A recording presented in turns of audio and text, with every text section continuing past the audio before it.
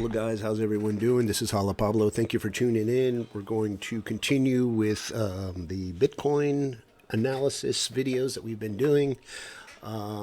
Here I have the trend lines, the support and resistance of the macro and micro trend lines. More instead of a dotted line like I've been doing, I enlarged the areas with a rotating rectangle just to show the liquidity zone areas, the diagonal liquidity zone areas, which fall in line with the trend. Now over here on the macro, we have it on the 10-hour, Bitcoin on the 10-hour. You can plainly see the macro resistance way up here. We've had the all-time highs already mitigated. We mitigated back on the 20th, right? When we had the all-time high, second all-time high in this range, which came after this 3 drive that distributed. And then, and now we're in this expanding symmetrical, reverse symmetrical rather, triangle. And so we have a new support zone, macro trend support here, and a macro resistance, trend line resistance. And so in here, the waves have been expanding, and we've talked about this. And now here we are beneath the macro trend resistance, where we are, seems to be consolidating, and which is looking more and more actually like it could be absorption, which is going on here. We turn over to the micro over here on the 30-minute, and we see that distinct arrowhead pattern taking shape, which is normally denotes accumulation or absorption of supply. We see that because of the waves getting smaller and smaller in scope. And then also in the vertical bar volume, we see both supply and demand decreasing. Now, under here, I have the Elliot Wave Oscillator, which is a form of volume. It's a volume oscillator, and it shows you, it goes by waves, and it shows the respective buying and selling pressure of each wave. We're not going to get into enumerating the Elliott waves. I don't want to get into that with this video, but instead I want to just show you something that I noticed on this. The last time we saw supply and demand both diminishing in tandem here was leading up to this point here, this buying climax. And then, of course, we saw it was a sell-off. You see how the demand is shrinking, and also the scope of the supply in the waves.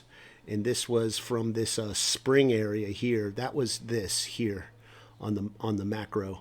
And so this was from like December 5th to where we peaked out here at the buying climax to December 17th. So it's about 11 days, 12 days. We're just going to say 2 weeks. In about 2 weeks' time, we've had this diminution in both supply and demand in this Elliott wave, which culminated in a sell-off. And so I say that because here we're seeing the same kind of structure. And like, although this is showing, like I said, absorption, we are seeing similar decreasing in the waves of the buying and the selling pressure both. And so we've gotten to the point now to where we've come to this impasse where we are underneath now. This is according to the 30-minute micro forensic time frame, underneath the anchored VWAP. I anchored the VWAP to the all-time high. And so we were above it for a while, but then we got stopped out in this micro liquidity zone here. This would be the trend line micro resistance area, which would be up here on the macro. And so, and then we came back down. So we're still kind of consolidating within the support and resistance of this symmetrical structure, getting closer and closer to the apex. And the question is it up or down? Is it up? Of course. Are we accumulating? Are we going to pump? Or at the end of this, is it doom? Is it going to be? Are we going back down? And that's why we study these ranges, because, you know, like I was sharing with my group, each range is like a puzzle all of its own. And whoever solves the puzzle before the time runs out gets the cash prize. So kind of look at it like that. That's how I look at chart analysis. And so Like for example, on the macro, this area here on this 3 drive, if you had correctly called this 3 drive and you were shorting crypto, you could have made a bunch of money. You solved the puzzle or the riddle, so to speak. And then here we've started a whole new pattern. These are 2 separate patterns in my book. I know some analysts see this as a whole, whether it be accumulation, or rather this would be reaccumulation if it's going to pump up from here, or if it's a distribution top, a proper macro top. Whatever it is, analysts see this as a whole, and I also kind of see it as a whole, but I also like to subdivide. And so once we broke through the macro trend support line, this it started a whole new structure for me, although it is a component of the whole. But I find it more profitable, more illuminating to subdivide these ranges when trying to determine the bias of whether distribution or accumulation or redistribution or reaccumulation. So anyway, we go back to the micro and we look now more in depth, and here is where volume spread analysis comes in handy, VSA, because we look at the synergy between the price action and the volume. Remember, we're trying to determine what this thing is going to do when it gets to the apex, when these trend lines converge. And so then we could place our longs if you're predisposed to do that sort of thing, if you like trading on leverage, to either set your longs or your shorts accordingly. And so we look at the volume. The volume can often help us out in determining these biases. Well, we see, like we said, a decrease in the supply and demand in the vertical bar, which often when you get patterns like this, accumulation, textbook accumulation patterns, it usually just reinforces the bias that you already had, which in this case would be accumulation, which would be a pump, which would be a leg up from here. Although to mark up in a macro sense and prevail, or to go beyond the all-time high, it's going to have to do some work, because if we pump up through here and we, as it were, we're able to flip this macro trend this is micro trend. If we were to flip this micro trend, well, now we're back into this channel where the 3 drive was, and there's a lot of I contend that there is a lot of supply. There's a lot of pre-designated shorts up here. This is a huge supply zone, and the bulls will really have to push through this. So even if we mark up from this sort of like this bull pennant kind of looking symmetrical geometric pattern, by no means are we out of the forest. We're not out of the haunted forest yet. We still have to get through this area here, and then of course we have this. We have where the all-time high is mitigated. There's going to be tremendous selling pressure above it. This whole area, this is the upper macro resistance. We'll have to get through that, and we'll kind of cross that bridge when we get to it, if we get to it. Of course, if we go the other way, which is looking like it might, because we looked at the Elliot Wave Oscillator is showing signs that in the past, historically, it has been an omen for distribution.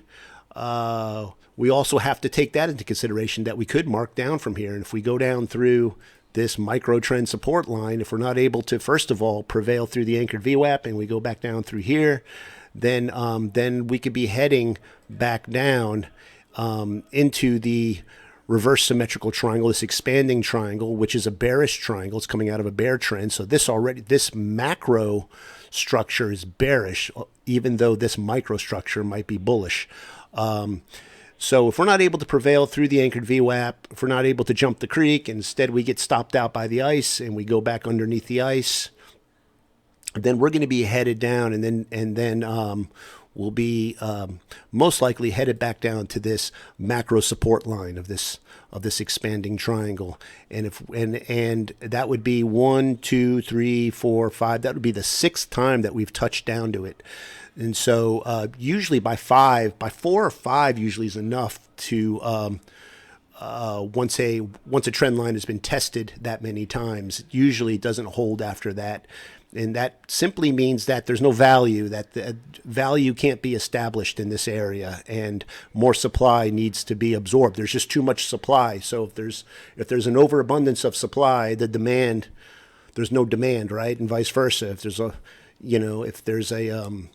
if you don't have a lot of supply, if supply is scarce, then demand pumps. So this simply means that there's too much supply still if we're not able to prevail through this symmetrical triangle. And so surely it seems that there is a lot of supply still. I don't know what's going to come at the end of this because it looks like it's being absorbed, but every time we touch this, it looks like we're going to prevail through the micro trend resistance line. We see big supply coming in. We see supply coming in here. Here is another touchdown here where we tried to break through. We had another big supply spike here that came in automatically. Now this one here, supply still predominates down here, but now we're starting to see demand come in, and it's starting to like equalize or nullify a lot of the supply predominance. And then now we have supply and demand both decreasing. So it's going to be interesting to see what happens here. Although we have gone back underneath the anchored VWAP, so that is also noticeable. This is very important, this line here. This is the creek or the ice which was anchored to the all-time high. And if we're not able to prevail, see down here on the Elliot Wave Oscillator, we're getting a little bit of demand, but not so much. I mean, not as much as you'd think, to get us above and beyond it. We may be wicking above it, but normally what happens is if we don't get a surge of demand, we come back down. And so I contend that if we test this micro support line enough times, especially underneath the anchored VWAP, we could be heading back down to the macro support line again. And I think if we head down to the macro support line, that may be the proverbial straw that breaks the camel's back, and that may send us through into this liquidity void. Now this is the PSY. The PSY-LV, the PSY, preliminary supply. This is the area where the originating supply came in that put the brakes on this pump, on this Trump pump, on this three wave that we had coming up here. And usually, historically, in a distribution, the price comes back down. It marks back down in a series of redistributions, or LPSYs, last points of supply, where it seeks to mitigate this area here underneath the 4 wave. So we had the 3 and then the 4, and then it peaked out at the 5. Here the 5 would be the all-time high. The price will come down first to touch the 4 wave. Well, we've already mitigated the 4 wave. And so if we break through after the 5th touchdown, then we could be going back down to this area, the PSY. And historically, I think we saw in 2021 that's what happened in 2021 in one of the subcycles, on the first subcycle A, if you go back and look. And I've done videos on it. You can go back and check. But that is the area where Bitcoin found support after the markdown or the dump or the crash or whatever you want to call it, and from the bull cycle high. And that's where it started to reconsolidate or to accumulate. And that was when altcoin season took off. And so I think we could certainly see something like that. We could see a resumption of the altcoin season. I know people are asking, what about altcoins? What about altcoins if we dump? What about altcoins? I mean, if we pump from here, yeah, that's another thing. If we pump up from here, then Bitcoin dominance is going to go through the roof. And I don't know what's going to happen with the alts. All the liquidity is going to go into Bitcoin. And the alts are going to go back into latency or just kind of lag behind. Some of them will take off, but many of them will spin in their own orbits and go down, actually. So it remains to be seen. But if we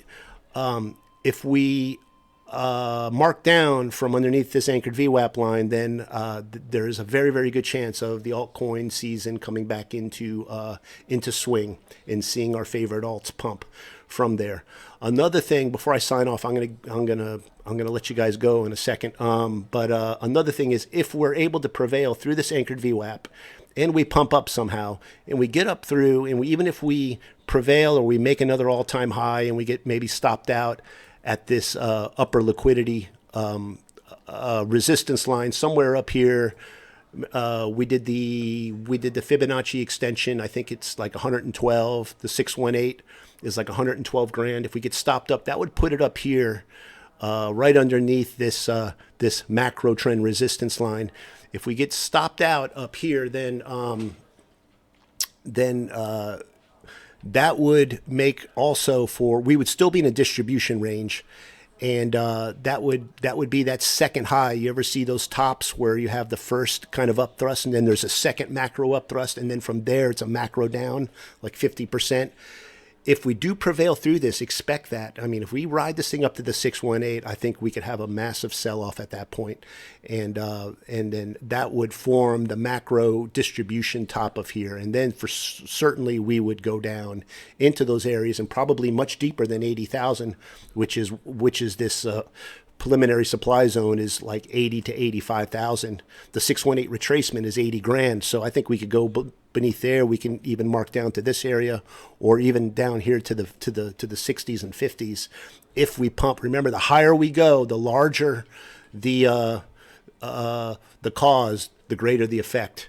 So anyway, it's just the higher we go. It's like that Beatles song, you know, everyone's got something to hide, but me and my monkey. The higher you go, the deeper you fly. The deeper you fly, the higher you go. You know, it's the same principle in trading. So the higher we go, the deeper we're going to sink. So anyway, all right. If you get anything out of this video, if you like this sort of technical analysis, like, subscribe, and not miss any more updates. That's all I'm going to say. The technical analysis speaks for its own. We've been tracking Bitcoin for several weeks, months now, and it's pretty much played out as we've been forecasting. So we're going to continue to track this. I don't have a crystal ball. I don't know what's going to happen. I'll be the first to tell you. But I will say, you know, we could take precaution by doing step-by-step, diligent, meticulous, assiduous price action analysis, which is what this channel endeavors to do. So if you like to stay safe in the crypto markets, then yeah, subscribe and never miss another update. All right, guys, I'm going to go and hang out with my kids and keep an eye on Bitcoin and some of the other alts. All right, guys, you all take care. Be safe. Have a great rest of your weekend. God bless you all. Adios. Bye-bye.